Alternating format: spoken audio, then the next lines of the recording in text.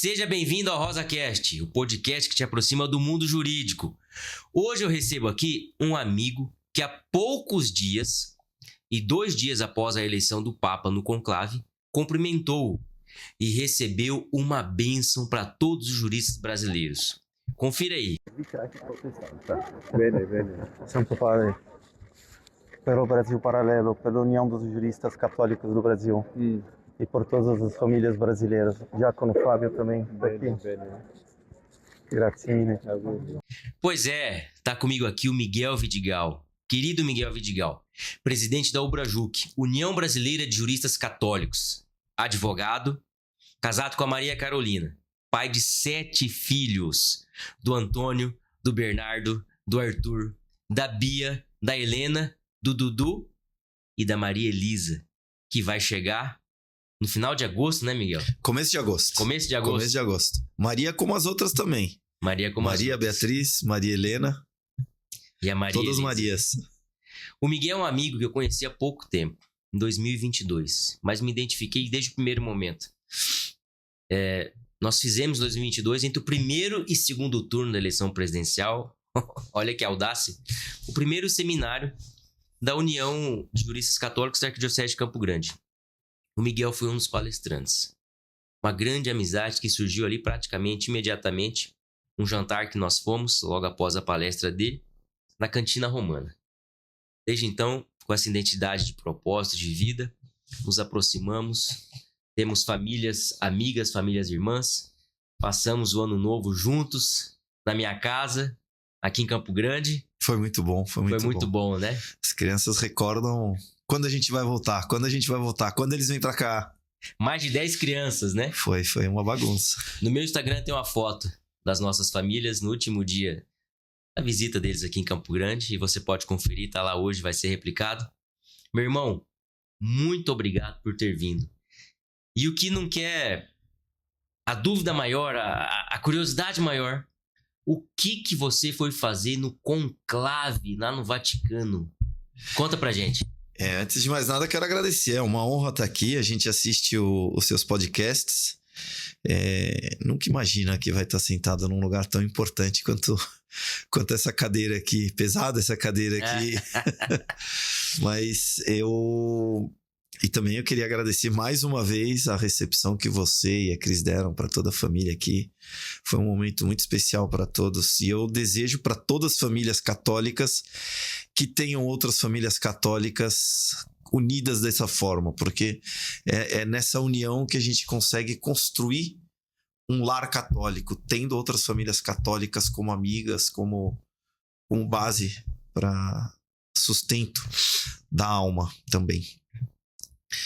Mas a história do conclave é uma coisa assim muito inesperada. A gente tem na vida umas situações, umas ocasiões que ou a gente percebe ou a gente pega na hora, ou o cavalo passa.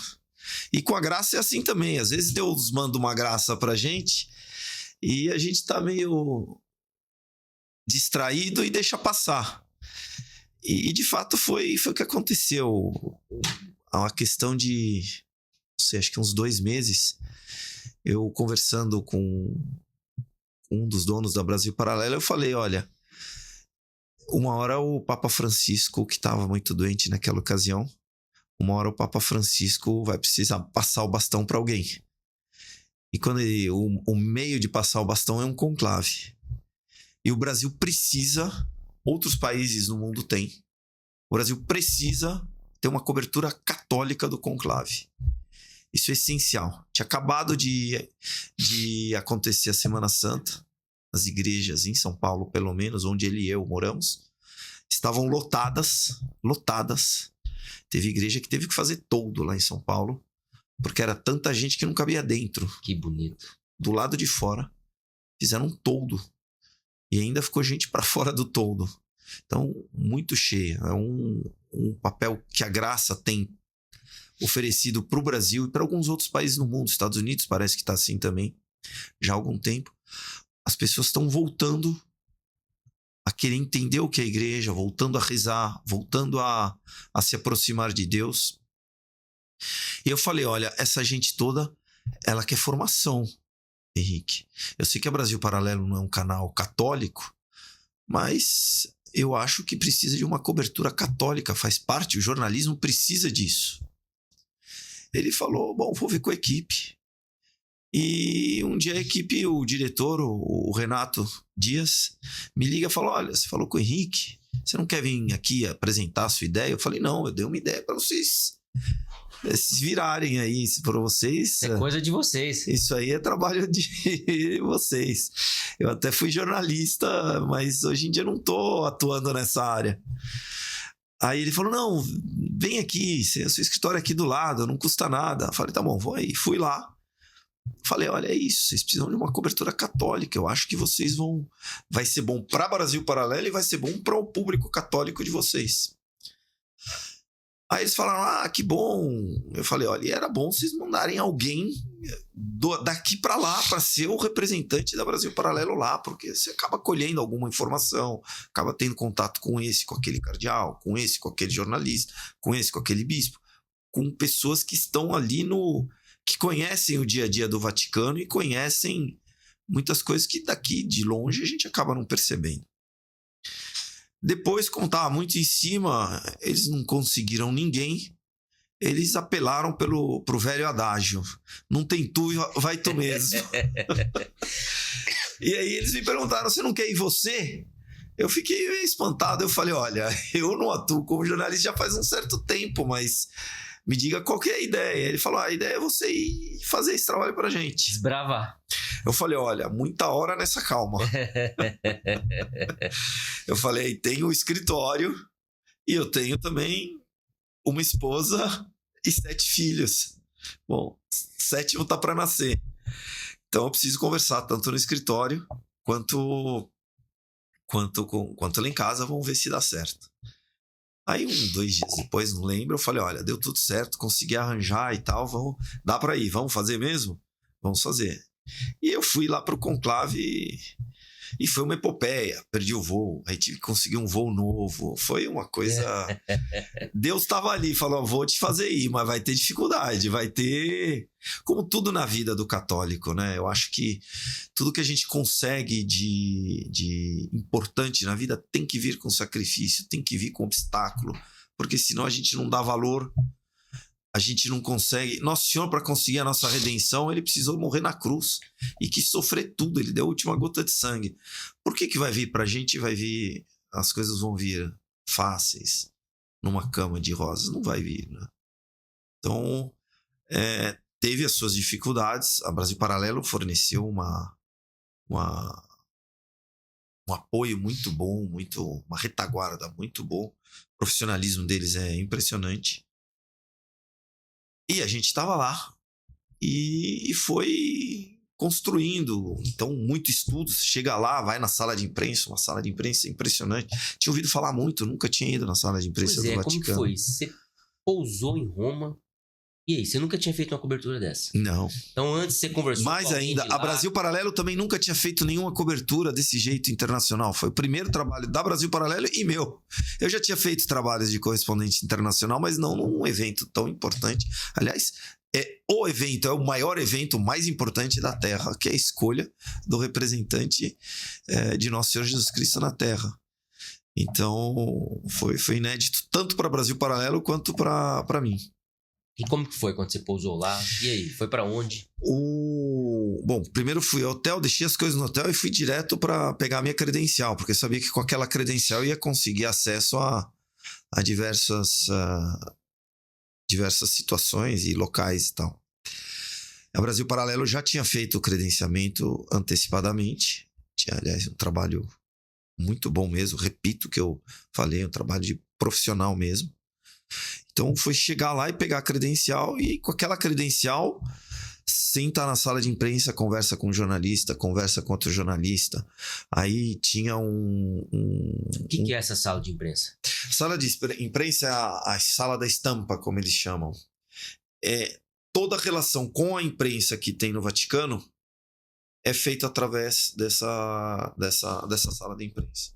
Então o porta-voz do Vaticano dá entrevistas ali. tem vários órgãos, a France Press, vários jornais, principais jornais do mundo e agências de notícias do mundo, tem salinhas pequenas dentro dessa sala de imprensa. Eles têm um auditório com mesas e tal para os jornalistas trabalharem. Então você chega lá, senta numa das cadeiras do auditório, que vira uma mesa, pluga seu computador, o seu material na tomada que tem exclusiva para cada um, e começa a trabalhar ali. E cheguei ali, era a véspera do conclave. Peguei os jornais italianos, comecei a... Aquelas conversas, burburinhos das congregações gerais. Quem vai ser, quem não vai ser, as congregações gerais acabaram, o que aconteceu, o que não aconteceu.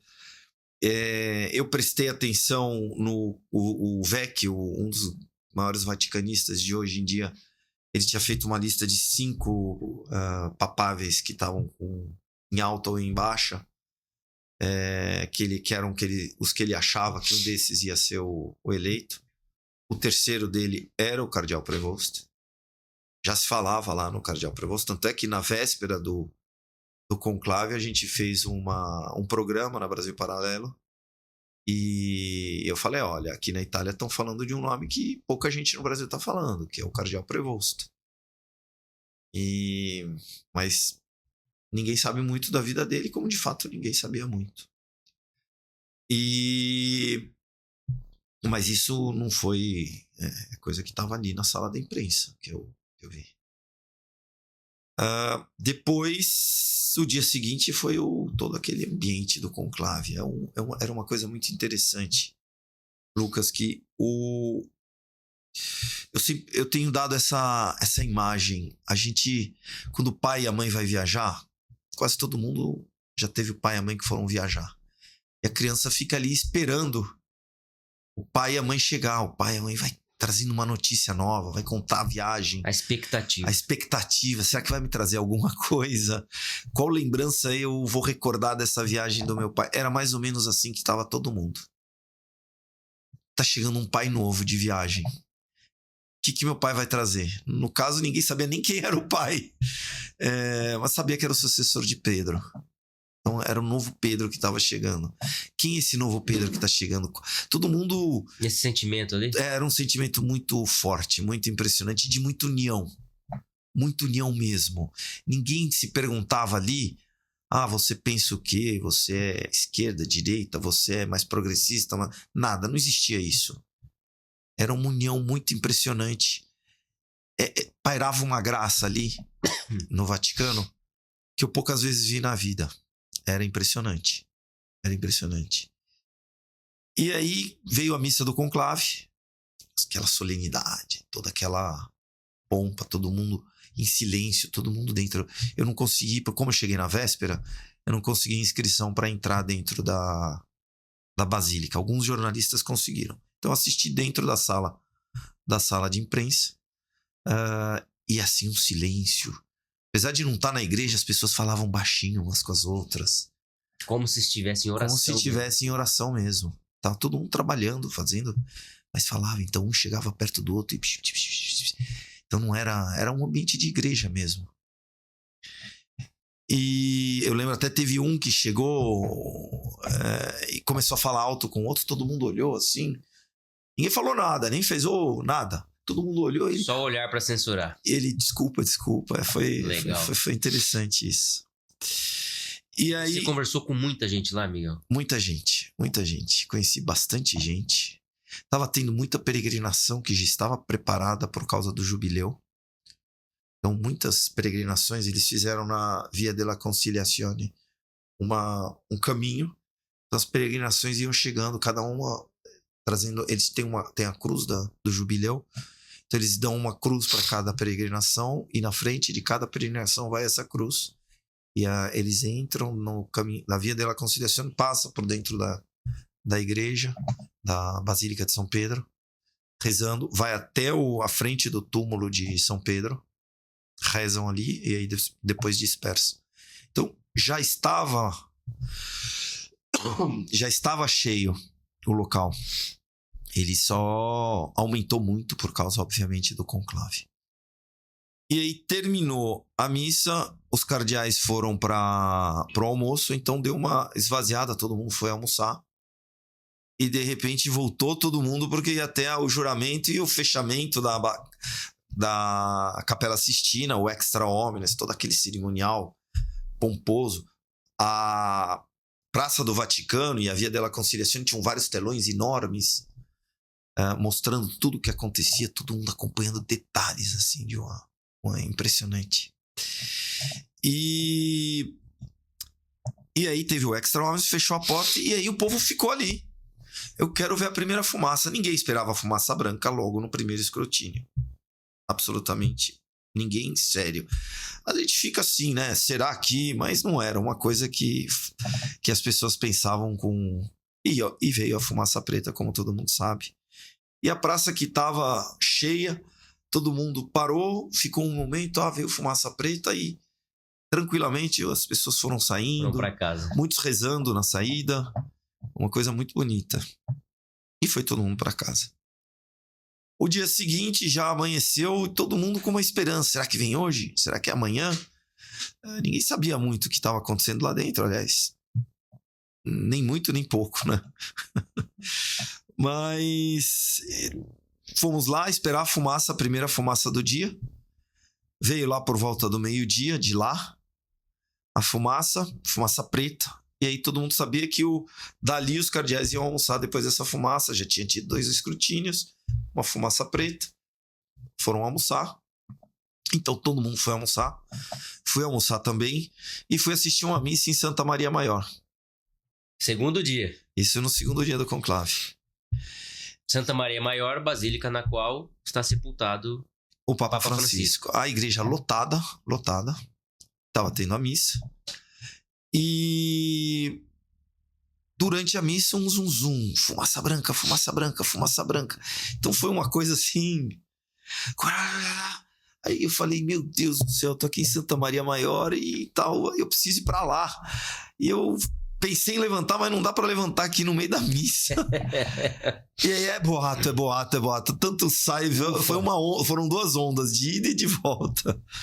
Teve um momento em que a fumaça inicialmente foi branca, né? Depois corrigiram, acho que o elemento do... Eu acho que na manhã, porque a fumaça sai branca ou preta, porque eles colocam um componente químico, né?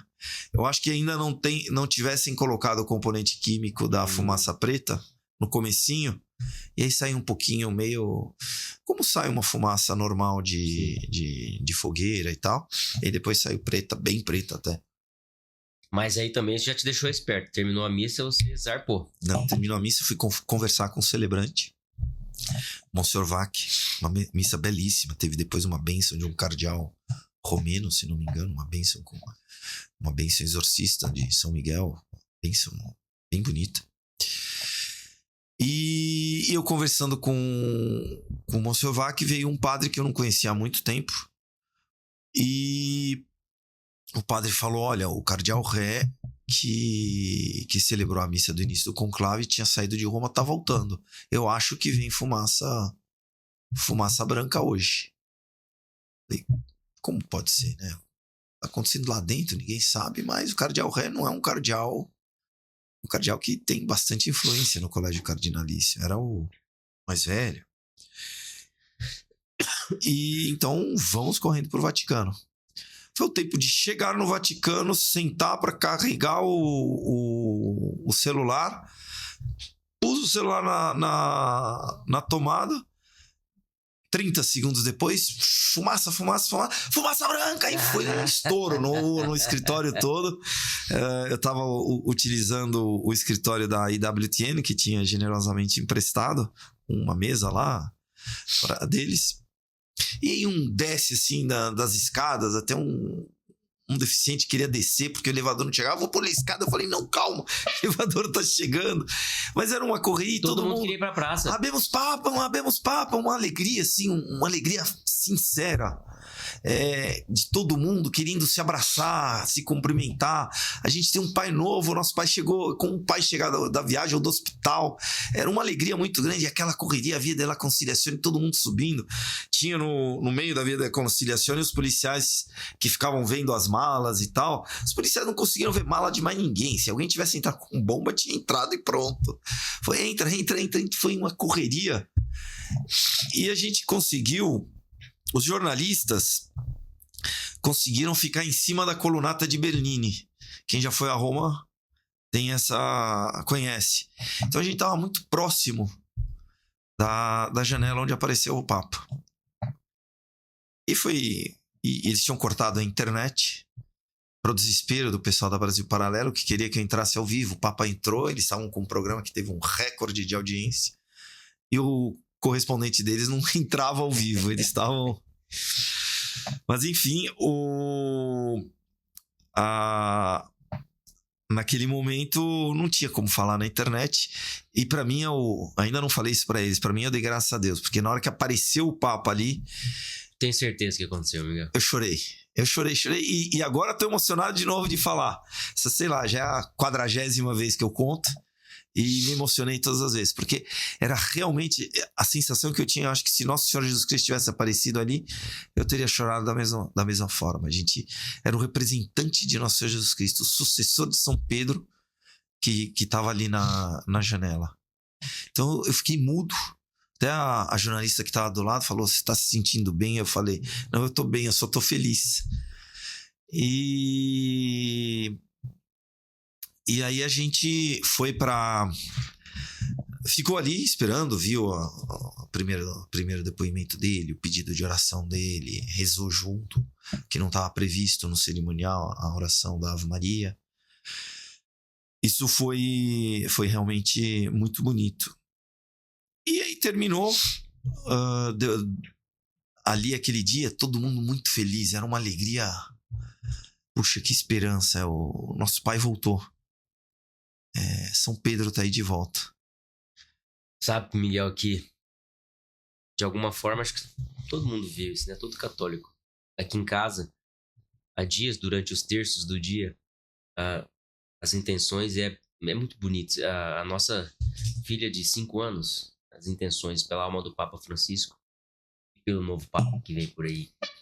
E quando isso aconteceu, aqui no Brasil era meio-dia e 10 por aí, quando a fumaça branca saiu. E eu e a Cris estávamos saindo do colégio das crianças. O mais velho, que nós tínhamos buscado no colégio dele, fomos buscar os mais novos. E eu falei: fumaça branca. E as crianças: eu quero ver, papai, eu quero ver. Cadê o Papa? Porque todo mundo estava envolvido com isso há dias, rezando por isso, né? E isso no carro nós viemos, né? Ao vivo, né? Pelo Vatican News, no Instagram. Eles entraram ao vivo. E chegamos em casa, almoçamos com o celular ligado. Aqui não tem celular em casa para as crianças, não tem tela, não tem TV, não tem nada. Mas no almoço ali, o celularzinho deitado e eu e a Cris olhando. Se o Papa sair, a gente levanta o celular. Terminamos o almoço e fomos para a biblioteca, para a sala de estudo. Ficamos sentados, né? As 5 crianças, a mais nova no colo da Cris, eu no chão e todos na cadeira, a gente olhando. Na hora que o Papa saiu, todo mundo chorou, cara. Menos a menininha de 1 ano e pouco. Que não entendeu. E todo mundo ali tava de alguma forma entendendo o que tava acontecendo. Eu olhei pra Cris e falei: olha como que é bonito, nem é isso, não importa naquele momento se é um Papa. É uma pessoa, vamos dizer. O Papa não, mas se é uma pessoa progressista de direito, não é o nosso pai. Nós amamos ele, seja quem for. Aquele sentimento, que é o que você viu ali, né? E é o modo como desce vida, inclusive porque não é o Espírito Santo que escolhe o Papa, coisa nenhuma. São os cardeais pedindo a intercessão, a inspiração, a iluminação do Espírito Santo. Inspira. Mas pode haver uma escolha errada de um Papa. Isso a história prova mais não poder. E houve diversos, né? Mas Deus manda o Papa que é devido e merecido pro tempo da igreja dele, pro tempo terrestre da igreja celeste. Sim. Da igreja eterna. Então, isso sempre tem que nos deixar felizes, né? E sempre nós devemos amá-lo. Então, esse sentimento, assim, eu tô dizendo isso porque pra nós, pra mim e pra Cris, pra mim e pra minha esposa, foi algo muito próprio que nós vemos. Primeira vez que nós vemos isso como um casal, né? Então, acho que, de alguma forma, todo mundo viveu um pouco isso, né? Sim, mas isso transcende os católicos praticantes ou os católicos, porque durante 2 dias dessa vez, o mundo que vive naquela ânsia da notícia rápida, daquela conversa instantânea. Hoje em dia, imagina se eu fui morar fora do Brasil em 95. Naquela época nem existia celular ainda. Existia celular, mas era uma outra pessoa que tinha. Lembro que eu tinha que falar com os meus pais, eu tinha que comprar, para ser mais barato, eu comprava um cartão numa banca, porque saía mais barato e usava a senha do cartão para... Então era tudo muito mais demorado. Hoje, não. Instantâneo. Hoje a gente tem instantâneo. Se a gente quiser saber o que está acontecendo no Santuário de Lourdes, a gente entra no site do Santuário de Lourdes e está lá a câmera mostrando nesse momento o que está acontecendo. Se a gente quiser saber o que está acontecendo nas ruas de Pequim, tem um site que a gente consegue ver o que está acontecendo nas ruas de Pequim e de diversos outros lugares do mundo. O mundo, durante 2 dias, parou para ver uma chaminé. E parado, olhando uma chaminé parada, que passavam uns pombos. Então, as pessoas brincavam. Aquele pombo ali. É o Espírito Santo querendo entrar dentro da chaminé. Eu não sei o quê. Não tinha o que falar, porque era uma chaminé parada, estática, e o mundo todo esperando dali uma esperança, esperando sair dali o anúncio de um pai. Sem um grande espetáculo, sem uma grande fotografia, nada. Uma chaminé num telhado com 2 ou 3 pombas ali mesmo, no momento em que saiu a fumaça branca, né? Exatamente. Não, mas ainda antes da fumaça branca. Você vê, a gente está preparando aqui o congresso, que a gente vai falar daqui a pouco do congresso da Obra Judicial. Quanto tempo a gente está preparando isso? O conclave não precisava nada disso. Não precisava. Rigorosamente não precisava nada disso. Precisava instalar uma chaminé, mandar os cardeais para Roma e pronto, estava feito, digamos assim, o espetáculo. Mas era mais que um espetáculo. É a alma, é Cristo que está envolvido ali. Então o mundo parou. Não importa a religião, o mundo parou para assistir uma chaminé, sai uma fumaça. Será que vai ser branca? Será que vai ser preta? Saiu preta, vamos fazer um monte de comentário, vamos sentar num restaurante para conversar a respeito disso, vamos conversar em casa, vamos ligar para os amigos, vamos fazer um comentário, vamos fazer, ainda que seja uma brincadeira a respeito daquilo. O mundo parou. E a hora que saiu a fumaça branca, o mundo parou durante, não lembro direito quanto levou, 1 hora, 1h30 talvez. Quem é? Eu lembro, lá não funcionava a internet, mas de vez em quando chegava uma mensagem assim no celular. Escapava um sinalzinho. Escapava. Aí vinha alguém da família. Miguel, você tá aí do lado, dá uma dica de quem é. Eu falei, não faço ideia de quem é. Não é assim. Não é assim, é segredo mesmo. Mas é isso, é o poder da igreja. Mais do que o poder da igreja, é o poder de Deus Nosso Senhor. Isso é impressionante. Como é bonito ser católico e vivenciar isso. E interessante também, né, o erro dos analistas mais afastados, assim, da convivência católica, vamos dizer assim, né, porque algo que era certo era quase absoluto para a imprensa não especializada, ou para os especializados que não são tão assim especializados também, não seria mais um Papa da América. Impossível. O Papa vai ser europeu e provavelmente italiano. Nem americano. Não, da América. Ninguém da América. Europeu, provavelmente italiano. E vem um cardeal com menos de 2 anos. Você comentou comigo ontem que há 12 anos era padre. Isso. Né? E você vê como que...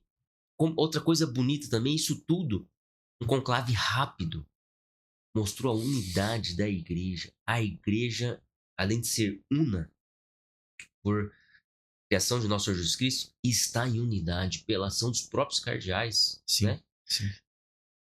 E outra, por mais que eu não esteja gritando, como não havia uma gritaria de grande parte do colégio cardinalício, e várias coisas, do ponto de vista pessoal, havia opiniões contrárias. Mas a igreja continua em unidade, meu Deus do céu.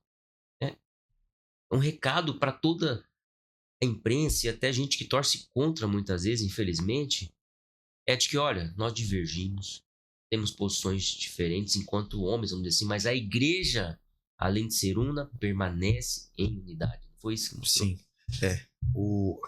Ali se demonstrou de uma forma sensível aquilo que a gente lê na Bíblia, né? Pedro, tu és pedra, e sobre essa pedra edificarei minha igreja. As portas do inferno não prevalecerão contra ela. Ou seja, pode acontecer o que quiser. A igreja vai permanecer ali durante muito tempo, até a extinção dos tempos nessa terra. Então, é isso. A gente se sentiu de forma sensível. Não só em Roma, aqui também. Eu fui 2 dias antes. A gente via as pessoas aqui conversando nisso. Como é bonito fazer parte dessa história e estar vivenciando. Se imagina na Idade Média. Às vezes trocava 2, 3 papas, a pessoa estava no interior da Europa, que era ali do lado, e não sabia nem que tinha trocado o papa. Os cardeais representam isso, né? Porque a época era o clero local ali, né? O clero territorialmente, geograficamente mais próximo do Papa, isso. né? E se estendeu os cardeais, que ainda simbolizam isso, mas para o mundo inteiro, né? Sabe outra coisa? Uma outra lição para a gente passar por esse ponto? Eu conversei bastante com a Cris. Como você pode divergir de uma pessoa e amá-la do mesmo jeito? E você pode divergir, mas manifestar isso no momento que seja o momento adequado, o momento pertinente. É óbvio que a mídia publicou muito mais manifestações das congregações gerais que, ao olhar da mídia, da grande mídia, destoavam do pontificado do Papa Francisco. Isso era o que mais a gente consumia, porque era o que mais dava audiência, provavelmente, né? Claro. Não as manifestações concordantes, vamos dizer assim, ou de manutenção de uma linha adotada nas diversas temáticas que tem um sumo pontífice para determinar, para guiar. E eu vi várias manifestações de cardeais de confiança do Papa Francisco, mas que naquele momento sabiam do seu dever, da sua obrigação de manifestar a sua opinião pessoal de cardeal, porque era um dever dele fazer isso naquele momento. Sim. Enquanto ele era um auxiliar, uma pessoa de confiança do sumo pontífice, ele não deveria fazer. Era impertinente, não cabia. Sim. Mas isso aconteceu muito, isso nos surpreendia. Nossa, mas esse cardeal foi nomeado há pouco tempo para cargo tal na cúria, ou para posição tal importantíssima. E a mídia queria dizer, às vezes no modo de escrever, que isso poderia ser algo, nossa, que ruim, por que ele está fazendo isso? Mas não, meu Deus do céu. Você tem que exercer o seu papel, a sua função, de acordo com cada momento. E discordar de quem você ama, fazendo da maneira correta, é a sua obrigação também, né? Isso foi uma lição para mim, Miguel, do ponto de vista pessoal. Você não imagina. A gente tem que lembrar Bom, nesse sentido, a manifestação do cardeal Stella, homem de confiança do Papa Francisco. Que é da carreira diplomática? Não. Isso. Esse que mais me impactou. Ele foi duro. Ele foi muito duro nas palavras dele durante as congregações gerais. Até teve gente da mídia que não entende o papel de um religioso, falando, que traidor. Traidor não. A gente não pode esquecer, São Paulo, a gente, pelo menos uma vez no ano, a gente tem, na missa, recorda o episódio em que São Paulo enfrentou São Pedro. A igreja mostra pra gente, faz questão de mostrar. Né? São Paulo falou, Pedro foi dissimulado, tá lá. Tá escrito. Na palavra de Deus.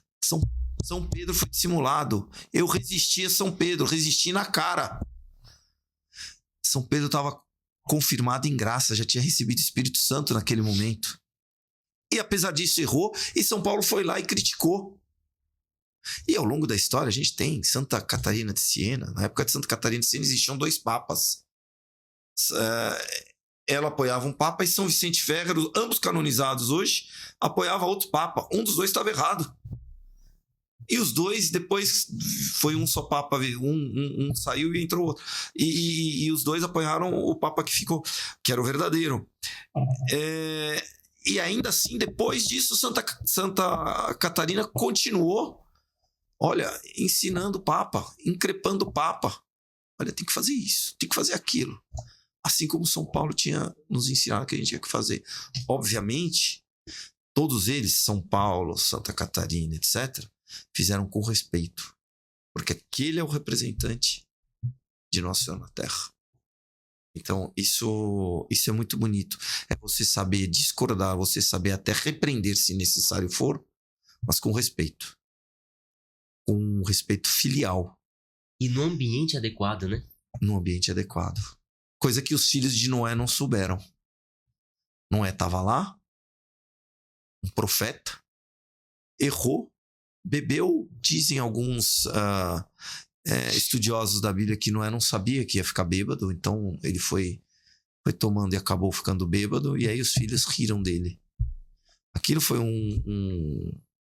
uma correção nada filial. É aquilo que a gente tem que evitar.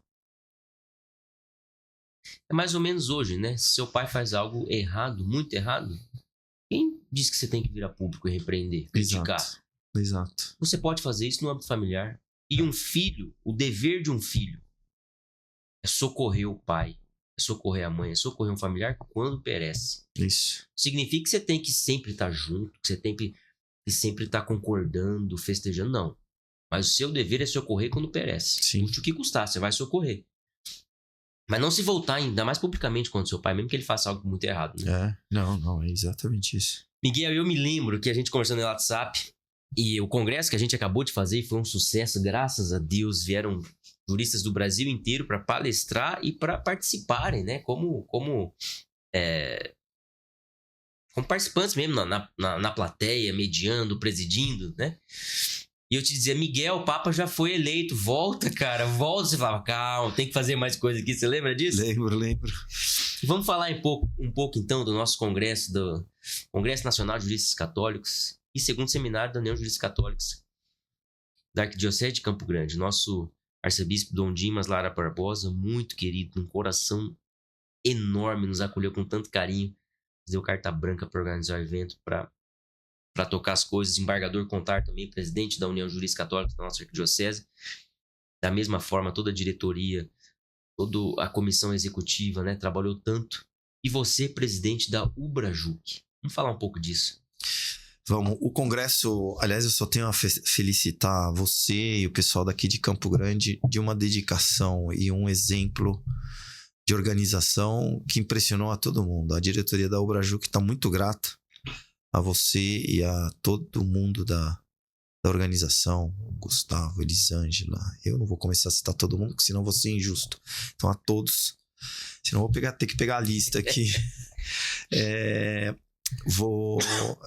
Fica aqui já registrado o meu agradecimento a todos por esse desvelo impressionante e exemplar para os outros juristas do Brasil inteiro.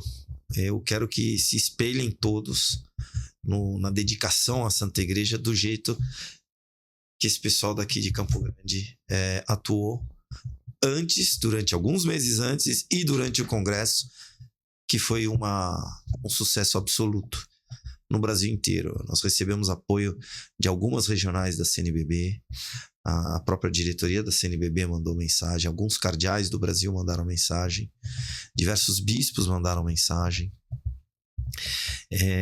vários membros da Ubrajuc que não puderam vir aqui estão esperando. Agora a gente está trabalhando na edição para ver se coloca no YouTube ou manda para as pessoas. É isso, graças a Deus nós fizemos isso, né? Nós captamos todas as palestras com a qualidade profissional. Isso vai ser disponibilizado no momento apropriado, que a gente conseguir fazer um trabalho que todos merecem. Quem não se inscreveu, quem não participou do congresso, vai poder ter acesso a tudo isso. Ficou muito bom, mas muito bom mesmo. Nós tivemos momentos preciosos nas manifestações das palestras. Essa conversa que nós estamos tendo aqui, o Miguel conversou, inclusive com a doutora Viviane, que é a juíza de direito, falando um pouco, inclusive, da perspectiva do pontificado, falando um pouco do Papa Leão, e dessa experiência do conclave que ele está narrando um pouco aqui. Ele aprofundou muito mais ainda no congresso. E, assim, vendo as manifestações todas que você ia recebendo dessas autoridades eclesiásticas que você mencionou, eu li várias delas ali, você ia compartilhando conosco no grupo de trabalho. Como alegra um bispo, um cardeal ver leigos levando a igreja adiante, né? Amando, praticando a religião mesmo, né? Isso enche o coração deles de alegria, né? Ô Lucas, eu sempre digo, tem gente que fala, olha, Miguel, mas tem um determinado tipo de gente que se manifesta muito dentro da igreja e eles são dominantes dentro do ambiente clerical. Eu falo, quantas vezes você foi procurar seu bispo? Exatamente. Quantas vezes você foi pressionar seu bispo? Não pressionar no mau sentido, fazer uma pressão peticionar, delicada. Pedir, explicar para ele. Eles são humanos também. Quando eles veem que existem juristas católicos com responsabilidade, com vida profissional, que largam o que tem para fazer, para dedicar um momento. Foi 1 dia e meio o congresso, digamos 2 dias de convivência, para se reunir junto com outros juristas, para entender qual o papel deles e o que eles podem fazer de forma voluntária e abnegada pela igreja. Eles param, opa, eu posso contar com eles? Então, se eu quiser implantar um ponto da doutrina, eu vou ter gente boa do meu lado, abnegada, despretensiosa, porque eu vi muito isso no congresso. Gente que veio de vários lugares gente com dificuldade até, advogados com dificuldade, falaram, eu vou pro congresso. Vale a pena. E tava ali no congresso, sentado, acompanhando. Nossa, tem mais gente como eu, que pensa como eu e com palestrantes tão preparados. O que eu posso fazer? Vou procurar meu bispo, vou procurar fazer alguma coisa para a igreja, vou procurar, seja uma luta contra o aborto, seja trazer mais gente para a igreja, seja, não sei. Isso que ficou muito bonito, marcado no congresso. E essa foi a intenção que a gente teve desde o começo, né, Lucas? É mostrar para outros católicos, juristas e não juristas. Eu tenho visto muitos médicos, engenheiros, gente que vem perguntar como que a gente faz isso na nossa classe. Eu falei, olha, é um trabalho de formiga, começa pequeno mesmo, começa uma sombra da sombra e vai crescendo pouco a pouco à medida da disponibilidade e da vontade de quem realmente se sentiu inspirado para fazer. E outra, que nessa caminhada a gente erra e acerta. E erra, e corrige, e acerta, o que é normal. Tanto nas nossas manifestações profissionais, como até em eventos, em outras circunstâncias. Mas é só corrigir, nós estamos tentando acertar, nós estamos querendo dar sentido. Sim. Na nossa vida. Viver com propósito. Propósito cristão, propósito católico. E a gente precisa de ambientes de convivência para isso. Nós que acreditamos nisso. Sim. Vivemos esse negócio. Acho que o Congresso foi uma baita oportunidade de trazer gente nova para a União Jurídica Católica da Arquidiocese de Campo Grande, para a União Brasileira, para a fundação de novas uniões que as pessoas estão te procurando. Você acabou de falar para fazer isso. Sim. Salvador, na Bahia, se não me engano, tem um movimento forte lá. Sim, agora. Nós vamos fundar 2 uniões lá na Bahia agora. Olha que alegria. 2 uniões. E até o final, já vou adiantar, até o final o Miguel vai contar como foi a bênção que ele recebeu pessoalmente do Papa Leão. Nós passamos por isso no início, mas vai contar até o final. Lá no congresso eu citei uma frase de um grande santo redentorista, que é São Clemente Maria Hofbauer. Muito bonita a história dele, depois vale a pena quem quiser ir procurar. São Clemente tem uma frase que faz muito tempo eu ouvi e li até, que é: o irmão que salva o seu irmão salva a sua própria alma e brilhará no céu como um sol por toda a eternidade. Ou seja, quando você procura fazer bem ao outro, quando você procura trazer o outro para dentro da igreja, para o seio da igreja, para praticar a virtude, para ser um bom católico, você está se salvando a si mesmo. Você não está salvando só o outro. E você vai brilhar no céu como um sol, porque é assim que brilham as almas que se salvam, que estão no céu, por toda a eternidade. Agora, o que é eternidade? Eternidade tem uma imagem que me impressionou muito quando eu era pequeno. Eu ouvi essa imagem. Um padre explicando para uma criança. Eu ouvi a história, não foi o padre me contando o que era eternidade. O padre falou: olha, você imagina uma formiguinha que está numa praia no Rio de Janeiro e olha o Pão de Açúcar assim, e sobe até o Pão de Açúcar, chega lá em cima, olha para o mar e falou: vou levar o Pão de Açúcar para Portugal. Ele pega um cisco do pão de açúcar e desce o pão de açúcar. Encontra uma casca de noz na beira da praia, joga o cisco dentro da casca de noz, entra na casca de noz e atravessa o oceano. Leva aí 5 anos para levar o cisco dela lá para Portugal. Leva, põe lá em Portugal, volta. Aí leva e volta. E leva. Aí o padre falava: quando a formiguinha tiver terminado de levar todo o pão de açúcar para Portugal, a eternidade não vai ter começado. É isso. É um pouquinho mais do que os... Quantos anos de vida a gente vai ter? Não sei, pode ser que tenha 20, 30, 40, 100. Mas isso não é nem o cisco do pão de açúcar comparado com a eternidade. E por isso que vale a pena, né? Por isso que vale a pena. Por isso que vale a pena imitar nosso Senhor Jesus Cristo. E como que você assumiu o Brajuca, começou a participar dos Juristas Católicos? Você também foi... Conta um pouco mais da sua vida pessoal. Você foi jornalista fora, depois estudar francês fora. Conta um pouco da sua família. Como que foi tudo Lucas, isso? hoje em dia a gente vê muita gente convertida, né? Eu converti, recebi uma graça. Isso é muito bonito, né? Uma pessoa convertida e que se dedica para a igreja, a pessoa que teve uma vida como um Santo Agostinho, um grande santo da igreja, e depois se converteu, virou doutor da igreja. Eu não tive esse momento de grande conversão. Eu nasci num berço católico. Meu pai sempre foi muito católico. Meu pai, junto com o professor Plínio Corrêa de Oliveira, foi um dos fundadores da TFP. Então, eu fui católico já no berço. Fui batizado alguns dias depois de ser... Fui batizado na sede de São Paulo, na catedral. E... Comigo Silvio. Então, sou católico desde pequeno. Aprendi a rezar desde pequeno. Aprendi a missa todo domingo. Fiz primeira comunhão com 5 anos de idade.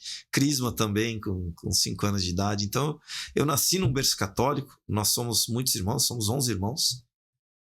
E pelo fato do meu pai ter sido um dos fundadores da TFP, junto com o professor Plínio Corrêa, que foi o fundador, eu me dediquei durante muito tempo como voluntário dentro da TFP, e por isso fui para a Europa, por isso fui para a Espanha, por isso fui para os Estados Unidos, e dediquei nesses países a trabalhos voluntários. Fui para os países do leste europeu levar material religioso, material até alimentação para aqueles países que tinham acabado de sair da coluna, da cortina de ferro. Gente muito pobre espiritualmente, sobretudo. Me dediquei durante muito tempo a diversas trabalhos e empreendimentos de voluntariado católico. Então eu sempre tive uma fé com muitos defeitos, com muitas caídas, obviamente, como boa parte das pessoas. Não como as pessoas santas como você, mas como os pecadores. Afasta isso aí de mim. Mas e depois de um tempo voltei ao Brasil e fui fazer direito. E fui fazer direito porque, bom, minha família tem uma tradição jurídica bem grande. Meu avô era advogado, vários tios são advogados, tem tio desembargador, a família sempre esteve na faculdade de Direito, desde a fundação da faculdade de Direito sempre teve alguém descendente, ou meu bisavô, ou algum descendente do meu bisavô na faculdade de Direito. Eu agora estou terminando o doutorado na faculdade de Direito de São Francisco. A faculdade de Direito é o Largo São Francisco, a USP, né? A primeira faculdade de Direito no Brasil, juntamente com... Acho que não é a primeira, né? Uma das primeiras, uma das 3 primeiras, né? Recife, Salvador e eu acho que é São Recife Francisco. e São Paulo, não foi as 2 primeiras? Eu não tenho dúvida. Eu acho que é Recife, talvez Salvador também, não? Eu acho que são as 3 primeiras, se não me engano. Mas... então a tradição jurídica é muito forte. Meu pai não é de advogado, ele é engenheiro. Mas então fui fazer direito meio por inércia, assim. Não foi uma coisa nossa, preciso ver que profissão vou ter, nem estava muito preocupado com isso. Tinha sido voluntário durante tanto tempo, então não era uma coisa assim. Eu só sabia que eu queria usar o que eu fosse escolher para ajudar a igreja. Em algum momento você discerniu vocação sacerdotal? Não, nunca senti vocação para ser sacerdote. Nunca tive nunca tive um insight assim, como dizem. Nada. Tenho muito respeito, tenho muita admiração pelos sacerdotes, mas nunca achei que tivesse vocação pelo sacerdócio. Pois é, e na sua caminhada como advogado, você começou a atuar bastante no direito penal, né? Comecei agora, né? Pois é, o Miguel Vidigal advoga na defesa contra as acusações, e lá desde investigações do 8 de janeiro, né? A gente tem visto aí. É um forte crítico à atuação do Supremo Tribunal Federal, um crítico com substância, com respeito, com altivez, mas é um forte crítico porque viveu na pele. E isso eu digo aqui como amigo dele, ele vai falar um pouco também. Como advogado, viveu a dificuldade de um tipo de investigação dessa, de uma atuação dessa, que aqui digo eu, não estou falando o que o Miguel disse, digo eu, é absolutamente contaminada pela violação de vários princípios constitucionais, de garantias fundamentais previstas na nossa Constituição, direitos humanos até, né, porque é positivado em várias cartas internacionais protetivas, várias questões que foram superadas pelo próprio Supremo, mas grande parte da comunidade jurídica é irresignada com isso, né? E mais adiante, assim como aconteceu com os abusos da Lava Jato, grandes abusos foram corrigidos com várias críticas, inclusive, no próprio ordenamento jurídico interno. A gente não sabe se várias das violações dessa investigação, desse processo do 8 de janeiro, não poderão ser até corrigidos. Não estou falando dessas sanções institucionais que se debate hoje do governo Trump, de sancionar o ministro Alexandre de Moraes com sanções econômicas, enfim, nada disso. Estou falando por organismos protetivos de direitos humanos. A gente não sabe se vai poder acontecer, porque é um dos mecanismos de acionamento, mas isso é tudo ainda muito recente. Eu imagino que vai caminhar para esse lado. Não sei qual será o conteúdo, vamos dizer assim, dessas decisões, mas eu imagino que o Sistema Interamericano de Proteção de Direitos Humanos e outros organismos internacionais vão ser acionados, se já não for, em algum momento. Mas Miguel sentiu na pele essa advocacia, vem atuando com êxito no 8 de janeiro. E queria que você falasse um pouco sobre isso. Como que é a advocacia criminal? Você sonhou em ser um advogado criminal? Como que surgiu isso? Lucas, nunca sonhei. Se for ver minhas notas na faculdade Eu nunca peguei dependência, nada, mas direito penal eu até ia bem, mas zero interesse, nem durante a faculdade, nem depois. Tanto é que meu doutorado, que eu estou terminando agora, termino esse ano, é de direito civil. Mas eu comecei a fazer alguns cursos e começou a aparecer casos de direito penal no escritório. Eu tenho, além do Dr. Maurício Colonna Romano, eu tenho mais 2 advogados lá no escritório. Dr. Maurício é meu sócio. Tem 2 advogados no escritório com quem a gente divide espaço lá. Dr. Marcelo e Dr. Jorge, que são netos do Dr. Dante Delmanto. E com eles aprendi muito, muito mesmo. Eu via eles trabalhando, eu falei, puxa. Você já elogiou os 2 para mim mais de uma vez. Não, eles são realmente brilhantes advogados criminalistas. E não são... É o sangue mesmo. O sangue, eles fizeram jus ao sangue que eles vocacionados têm. Vocacionados. E começou a aparecer naturalmente pra gente. Eu falei, olha, isso aqui eu vou precisar de uma ajuda aqui dos colegas. E foi aparecendo. E a gente foi entrando. Quando você fala do 8 de janeiro, eu propriamente defendi o padre José Eduardo. E contra o padre José Eduardo foram diversas violações.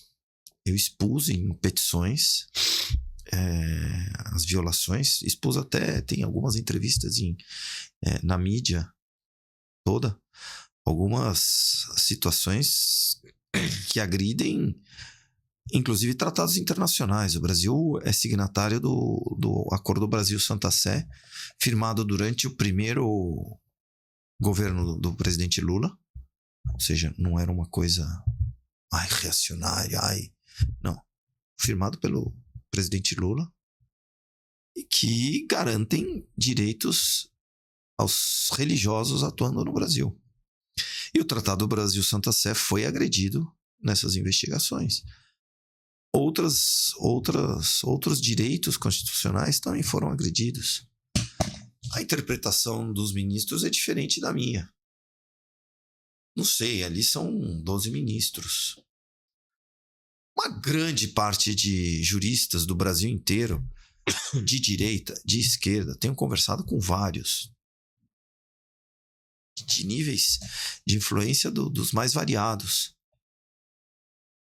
Não conheço um que diga, nossa, tudo ali está perfeito, é exatamente jurídico o que está acontecendo. Não. Não é. Não é uma interpretação forçada e muitas vezes equivocada. Assim como muitas decisões do ex-ministro Joaquim Barbosa foram revogadas posteriormente, eu acredito que muita coisa que está sendo decidida hoje vai ser modificada lá na frente. Eu entendo que muitos direitos constitucionais e de tratados internacionais, e aqui eu não trato do padre José Eduardo, porque o padre José Eduardo, mais ou menos, a Procuradoria-Geral da República entendeu os nossos argumentos e sequer o denunciou. Mas ele sofreu muito. E eu entendo que muitas decisões que estão sendo feitas são ao arrepio da lei, mas isso não é uma coisa de hoje, né? Se a gente for estudar como o aborto vem sendo aprovado no país, são subterfúgios jurídicos. São decisões que deveriam ter sido tomadas no âmbito legislativo e que o legislativo não quis tomar. E não quis tomar quando o legislativo não toma uma decisão de regulamentar ou de legislar a respeito de um tema, não é que ele foi omisso. Ele discutiu o tema do aborto inúmeras vezes.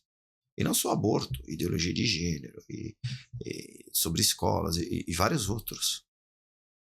Quando o legislativo debate um assunto e decide por não legislar, não modificar a lei tal qual ela está, isso é princípio basilar de direito que a gente aprende na faculdade. Ele está legislando. Ele está dizendo a lei como está tem que ser mantida. Não cabe ao Supremo Tribunal Federal e nem a nenhum juiz decidir diferente. Não, a partir de hoje, como há uma omissão do legislativo, está decidido que é assim. Não cabe, isso simplesmente não cabe ao judiciário. O judiciário pode falar, olha, que se debata mais uma vez e se decida sobre o tema. Mas não cabe ela não, a partir de hoje, essa é a regra.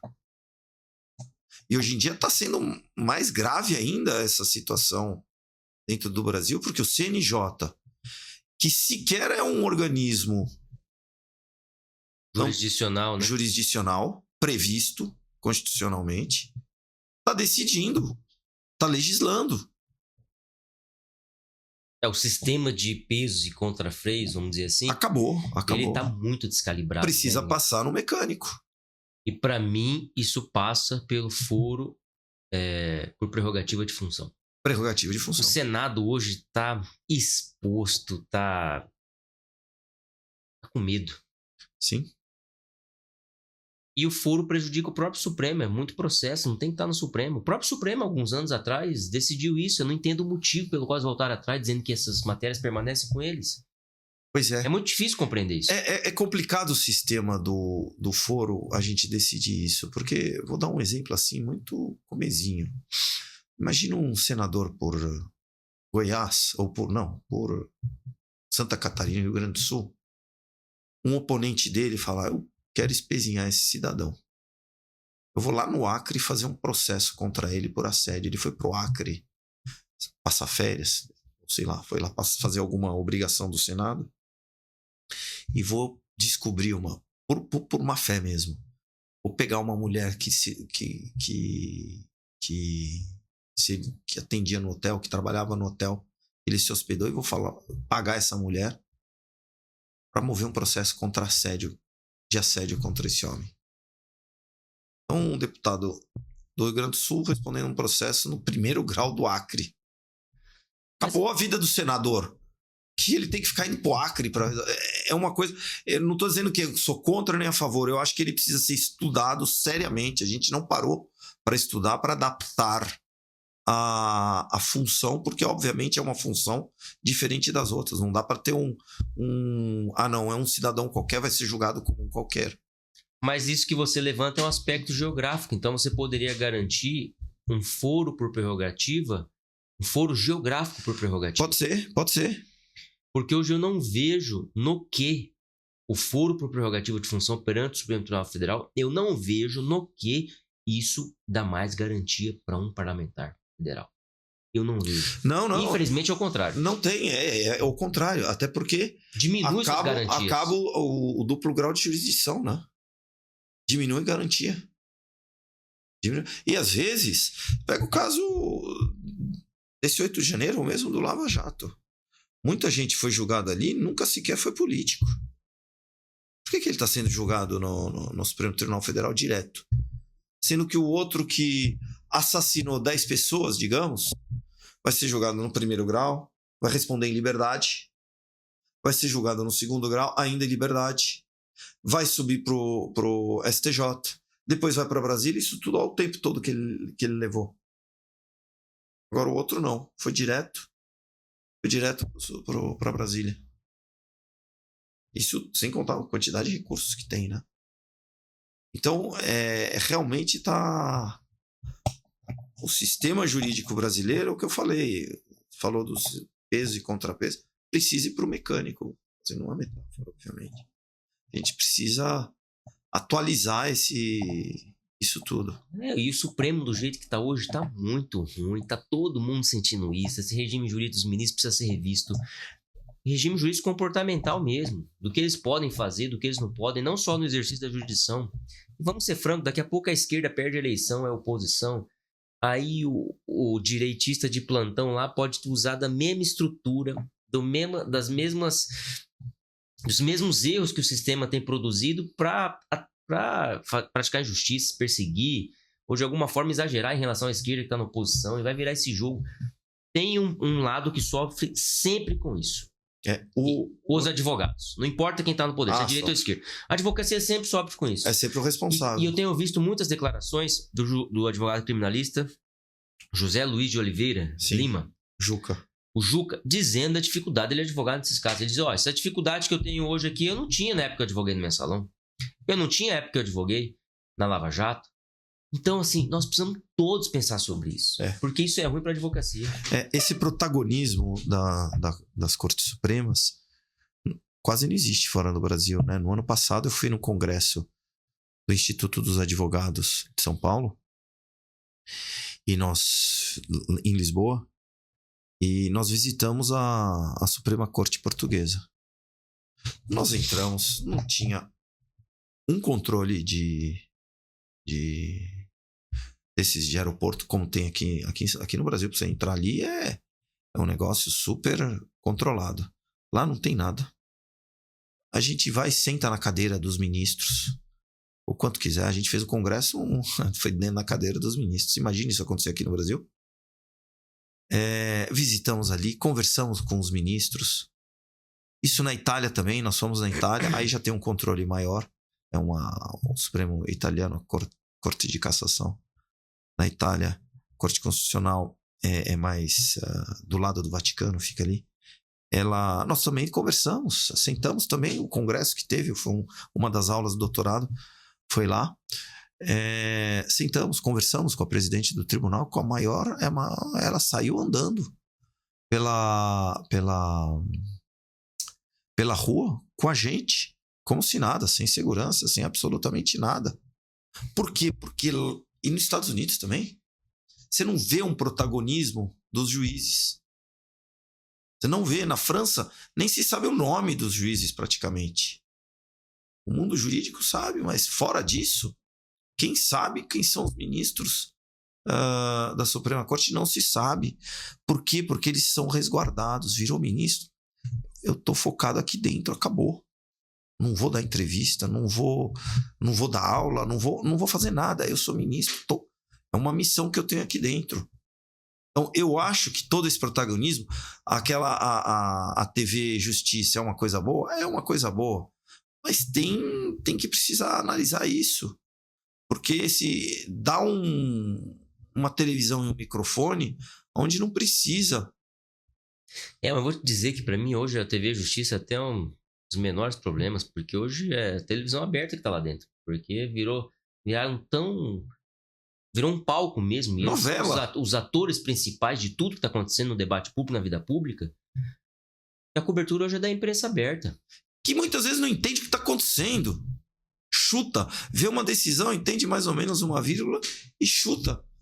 Será que tem essa necessidade desse protagonismo todo? E aí vem, né? Mas tem muita fake news. Vamos ser francos, será que essa revolta toda com os ministros do Supremo, essa insatisfação, essa indignação do homem médio, será que toda essa indignação está absolutamente equivocada? Isso é fruto de enganação no recebimento das informações, de fake news? É fruto de perseguição aos ministros, de compreensão das suas atribuições? Será que tem tanto golpista assim? Não tô falando de golpista mais. Porque hoje em dia reclama é golpista, né? Pois é, mas digo, tira o 8 de janeiro. Tem muita coisa ruim acontecendo do mesmo jeito, além do 8 de janeiro, cara. Dificuldade. Será que eles estão certos, absolutamente certos? Como eles consideram lá? Entende? É claro que não. Nós precisamos avançar nisso, cara. Tá todo mundo sofrendo. Especialmente a advocacia. A advocacia é a que sofre mais porque é com quem o processado conversa, né? Muitas vezes, eu não sei você, muitas vezes o cliente vem desesperado, só não está fazendo nada. Eu falei, mas o processo está lá, está esperando uma decisão do juiz. Mas vai lá e fala com o juiz, mostra que eu estou certo. Minha senhora, meu senhor, eu sei que o senhor está certo. Eu sei que o senhor tem esse direito. Mas o juiz está também sobrecarregado. O sistema judiciário é um peso. E muitas vezes ele não decidiu. Porque ele não tem tempo, Mas o advogado, o que ele vai fazer? Torcer o pescoço do juiz? Colocar a arma na cara do juiz? Não. A advocacia sofre por conta disso. Pois é, a gente precisa avançar. E o judiciário também precisa de um apoio diferente. Porque muitas vezes, a gente fala, nossa, como ganha, olha só. Os juízes ganham muito e tal. Não sei se ganham muito, eu não parei para analisar. Muitas vezes você quer que o juiz ganhe pouco, mas ele julgue causas milionárias, bilionárias às vezes, que tem influência de fora. A gente sabe que se existem corruptos, existem corruptores. Corruptores oferecendo. Como é que o juiz ganhando pouco ou ganhando, eu vou falar até um valor bom, ganhando 30 mil, vai se segurar? Tá bom, não, ele tem que ser honesto, a obrigação dele é ser honesto. Tá bom, é fácil falar. Fazer, chega alguém, um corruptor, falando, olha, eu te dou 5 milhões para julgar isso aqui a meu favor. Ele ganha 30 mil, puxa, 5 milhões ia resolver muita coisa. Eu tô precisando com uma dívida aqui, tô com um negócio ali. Será que isso resolve? Baixar o salário dos juízes, deixar os juízes à míngua? Não sei, eu acho que precisa realmente um trabalho de compreensão dos dois lados. Eu acho que esse assunto da remuneração da magistratura é mais profundo e mais complexo do que a gente vê geralmente. Ligado exclusivamente às críticas. Né? É óbvio que a advocacia merece melhor remuneração. Nós sofremos isso na pele, meu Deus do céu. Para sustentar nossas famílias é muito difícil. Agora, não significa também que a magistratura tem que passar a mesma coisa. E nem que a magistratura precisa de todas as proteções, todas as garantias, e a advocacia não necessita delas. Necessita sim. Exato. Mas aqui, vamos dar a cada um que é seu no debate, na reflexão, no pensamento. A magistratura tem os seus argumentos. E é um assunto tão delicado que muitas vezes você faz uma posição, tem muitos colegas que não vão compreender, vão dizer que você é um vendido para o judiciário, que você não defende a advocacia, e não é isso. É muito mais profundo do que você está dizendo. Como que é a carreira da magistratura hoje? O juiz entra na magistratura com 25 anos, 29, 30, 35 anos, com a remuneração X. Essa remuneração, qual que é a alteração dela? ao longo de 30 anos de magistratura, de 40, se ele entrou com 30 anos, ele vai ficar por 45 anos na magistratura. Qual era a remuneração da magistratura em 88, em 94, atualização inflacionária hoje, sabe? É óbvio que se fala muito dos penduricalhos, das verbas que são constatadas, deveriam ter sido pagas, ou foram pagas a menor, são atualizadas e são pagas em parcelas. Essa é uma crítica ferrenha hoje. Mas, no fundo, o que está acontecendo para essas coisas surgirem, né? Será que vincular a remuneração da magistratura brasileira inteira à remuneração de um ministro supremo é correto mesmo? Por que a remuneração do funcionalismo do país tem que ser vinculada de um ministro? Os ministros têm toda uma estrutura para a sua vida pessoal e para a sua vida profissional e institucional que a magistratura como um todo não tem. E às vezes não precisa. Motoristas, tudo, né? Então, é um debate que precisa ser... Enquanto esse debate não acontece, francamente, vai continuar a magistratura de alguma forma conseguindo se manter ao seu olhar remunerada dignamente para que não entre em outros problemas, como você acabou de citar. De ficar mais suscetível à corrupção, por exemplo, né? Então, é um assunto que precisa ser... Só que num país como o nosso é muito difícil também, né, com o salário mínimo que nós temos, né? Temos uma miséria muito grande no país. A maior parte, acachapante da sociedade vive com a remuneração infinitamente menor do que de um juiz de direito, de um advogado bem-sucedido, do que todos os profissionais bem-sucedidos. Então você pode falar sobre os médicos, os plantões médicos, as escalas que os médicos fazem entre eles lá informais, que é uma prática, um costume de rotina. Tem mil coisas para você falar que estão erradas também. Eu acho que a crítica por si só não constrói. E a remuneração da magistratura é um assunto da mesma forma que o regime jurídico dos ministros que a gente precisa sentar e debater. Sim. E construir algo que seja bom para a magistratura. O que eu menos quero como advogado é que um juiz, ao decidir o processo que eu apresentei para ele, tenha, antes daquele processo, a preocupação na manutenção da família dele.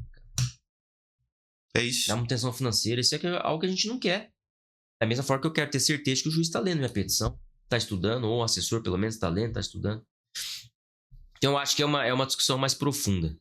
Mas a gente já vai caminhando aqui para o final, meu irmão. Me fala um pouco sobre a bênção que você recebeu e do cumprimento que você recebeu do Papa Leão. Como que foi isso? Bem, cobrir o conclave já foi uma surpresa para você, de uma ideia inicial que você deu para um grande veículo de comunicação hoje. Está crescendo cada vez mais, que é o Brasil Paralelo. Muito. Aliás, nos ajudou a fazer o congresso. Pois é, um dos apoiadores, patrocinadores. De uma ideia que já não era esperada, surgiu outra que você jamais poderia ter pensado, que você cumprimentaria o Papa no segundo dia do pontificado. Como que foi isso? Como foi a sensação? Foi uma construção de momentos que a providência permitiu e aquilo que a gente falou no começo, né? O cavalo estava passando. Eu realmente consegui subir em cima do cavalo que estava selado. Sobe, não sabe andar, aprende depois de subir. E foi mais ou menos isso que aconteceu. Foram uma série de... Tinha encontrado um bispo, não vou dar detalhes aqui, tinha encontrado um bispo lá 2 dias antes na conferência de imprensa dos cardeais brasileiros, um bispo peruano. E o bispo peruano estava nesse encontro dos jornalistas também. Ele me viu, me reconheceu, veio conversar comigo. Ele estava junto dele, e aí um amigo, Diácono Fábio, aliás, mandou um abraço para ele, nem sei se ele vai assistir esse... Ele é diácono maronita, mora na Polônia, mas ele me ajudou também e foi uma confluência de fatores que fez com que eu entrasse ali era a primeira, tradicional o encontro com jornalistas depois do conclave, logo depois da eleição do Papa. Essa é a primeira audiência pública do Papa e eram 6 mil jornalistas, parece. E estar entre os 100 jornalistas que cumprimentaram, o Bacciamano, como dizem os italianos, que estavam ali no Bacciamano, foi uma sensação incrível. É o filho, eu volto à figura de linguagem que eu usei, É o filho que viu no aeroporto o pai e saiu correndo para abraçar o pai, porque estava com saudades. Aquilo ali foi muito intenso. Eu tinha conversado já com alguns assessores do Papa Leão, e eles que tinham trabalhado com ele tanto esse bispo peruano, que tinha sido aluno do Papa, quanto algumas pessoas que tinham trabalhado com ele na congregação dos bispos, disseram: é um homem que reza muito. Piedoso. Que convida para a santidade. Frequentemente convida seus assessores. Você tá procurando a santidade? Isso daqui é o mais perfeito. E é o que a gente espera não só do Papa, né? A gente espera de todo católico. Que seja isso, esse Puxar caminho. o amigo pra cima, né? Puxar o amigo pra cima. E aí aconteceu, a confluência das coisas todas aconteceu que eu tava ali. E a hora que o Papa veio, você vê no vídeo aí que você passou no começo, eu falei aquilo, mas queria ter falado muito mais coisa. Eu podia ter falado: olha, você não quer vir pro Brasil? Eu sabia que ele tinha uma viagem marcada pro Brasil agora, daqui a 2 meses, iria a Salvador. Participar de um congresso. Não sei se ele vem, acho que não, mas enfim. Eu podia ter perguntado se eu não venho ao Brasil, mas veio aqui sim, eu falei, pelo Brasil Paralelo, pela União dos Juristas Católicos. E tinha tanta gente me falado: olha, peça por mim, eu tô com uma dor tal, peça pra ele rezar, tô com uma dificuldade, vou ter um filho, eu mesmo, tô com a mulher grávida, Maria Carolina tá grávida. Tanta gente, eu falei: como é que eu vou fazer? Eu vou falar pelas famílias brasileiras. Assim, todos os brasileiros estão citados, assim, não nominalmente, mas estão compreendidos nesse pedido. E foi uma sensação muito grande. Era realmente um filho cumprimentando um pai. Eu senti que eu estava tocando a história com as próprias mãos. Tanto é que ele passou e continuou o Batiamano. Eu sentei e fiquei abaixado, fiz uma pequena meditação assim: porque Deus me escolheu para estar aqui. Porque tanta gente que fez tanta coisa e que agiu tanto e que produziu tanto mais do que eu, e que foi muito mais fiel do que eu, que é muito menos pecadora do que eu, não tá aqui, e Deus me escolheu para estar aqui. Agora eu tenho que responder isso com ações, né? O que eu vou fazer? Espero corresponder a essa graça que Deus me deu.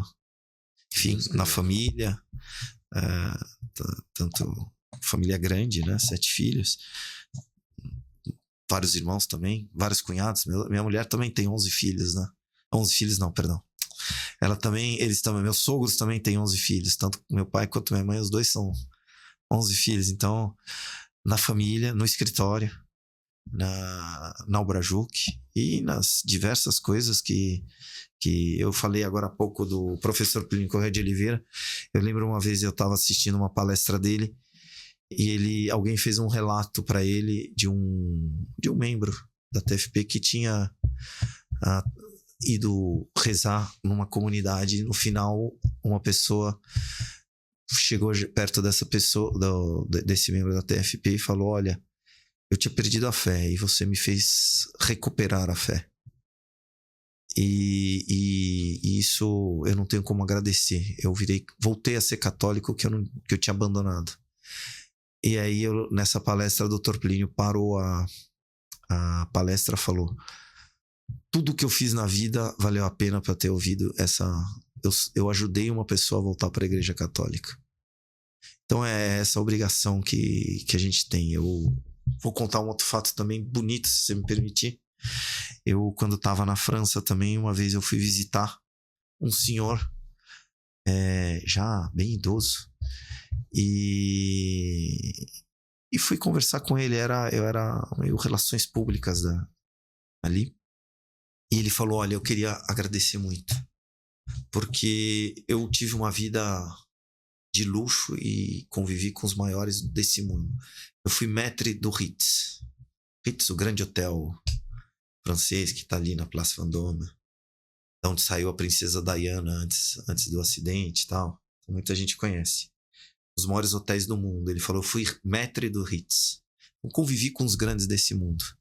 Um dia me aposentei e vim morar nessa casa, mas aí eu tava numa depressão profunda, não tinha mais fé, não tinha mais nada, minha família já não tinha mais, tinha dedicado minha vida toda ao trabalho. E eu tinha decidido me matar. E ao decidir me matar, eu deixei tudo em ordem, a casa, arrumei a casa, deixei tudo pronto, deixei a arma em cima da mesa, fui pro café aqui da cidade, tomei meu café da manhã, voltei para casa. Quando eu voltei para casa, eu falei, vou deixar a porta da garagem aberta, porque assim vai ser mais fácil. Eles vão me encontrar morto, eles não vão precisar arrombar a porta da casa, eles vão conseguir entrar pela garagem. Quando eu fui entrar pela garagem, eu vi a correspondência, resolvi abrir a correspondência que tinha chegado. Eu nem sei porque fui abrir a correspondência, porque eu ia me matar logo em seguida.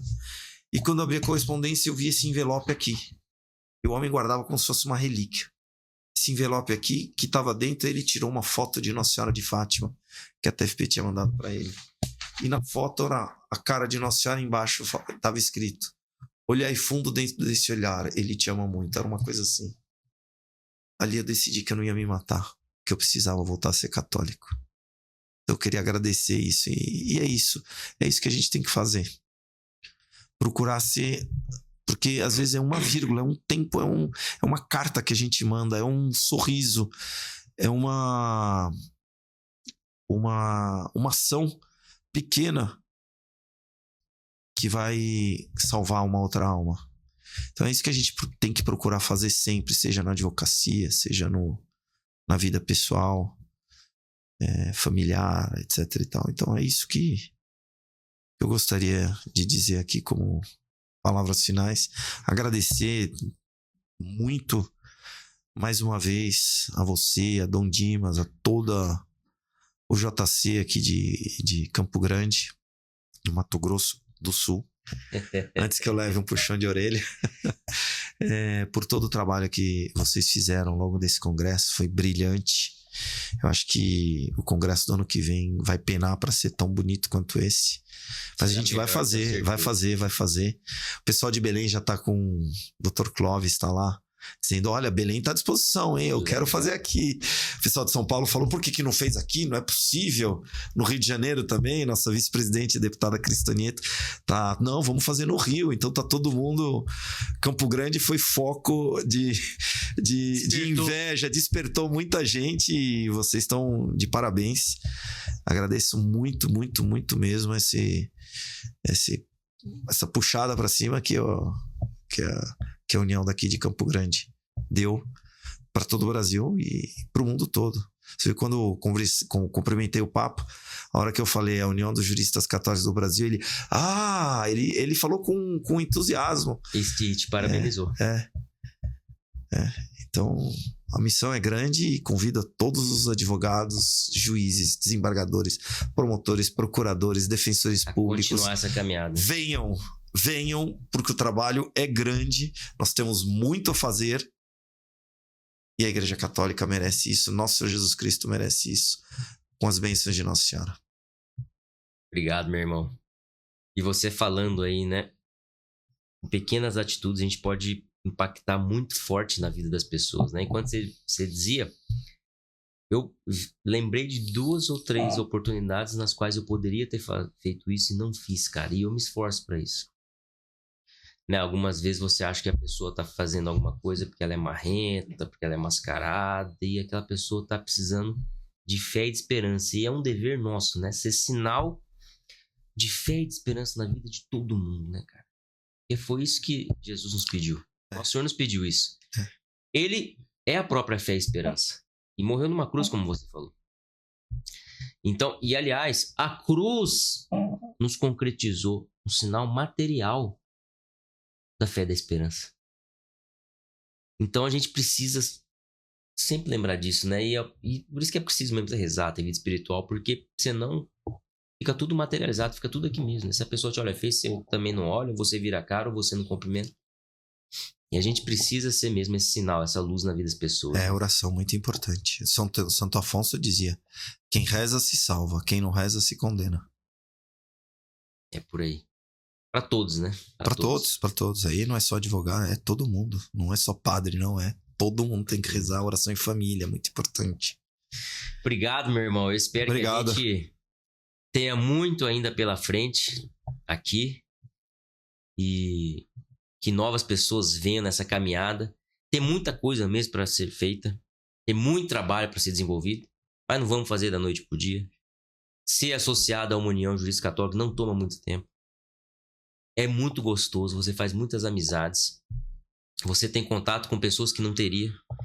Então, se você tem essa vontade, se tem esse interesse, manda uma mensagem. Hoje, até o modo mais fácil é no Instagram. Manda uma mensagem para o Instagram da Ubrajuc.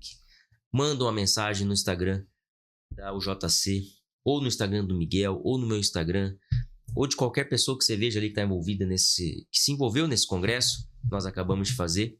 Tenha certeza que você vai receber as informações e o acolhimento para caminhar conosco, que será um tesouro na nossa vida. A gente termina por aqui. Eu agradeço a todos que assistiram. Você que curtiu esse outro episódio do RosaCast, compartilha esse conteúdo com seus amigos, manda isso no Instagram, ou compartilha também no próprio WhatsApp com seus amigos. Siga-nos nas redes sociais, assim como siga também o Brajuc, siga o JC. A gente conta contigo. Em breve estaremos de volta. Um abraço!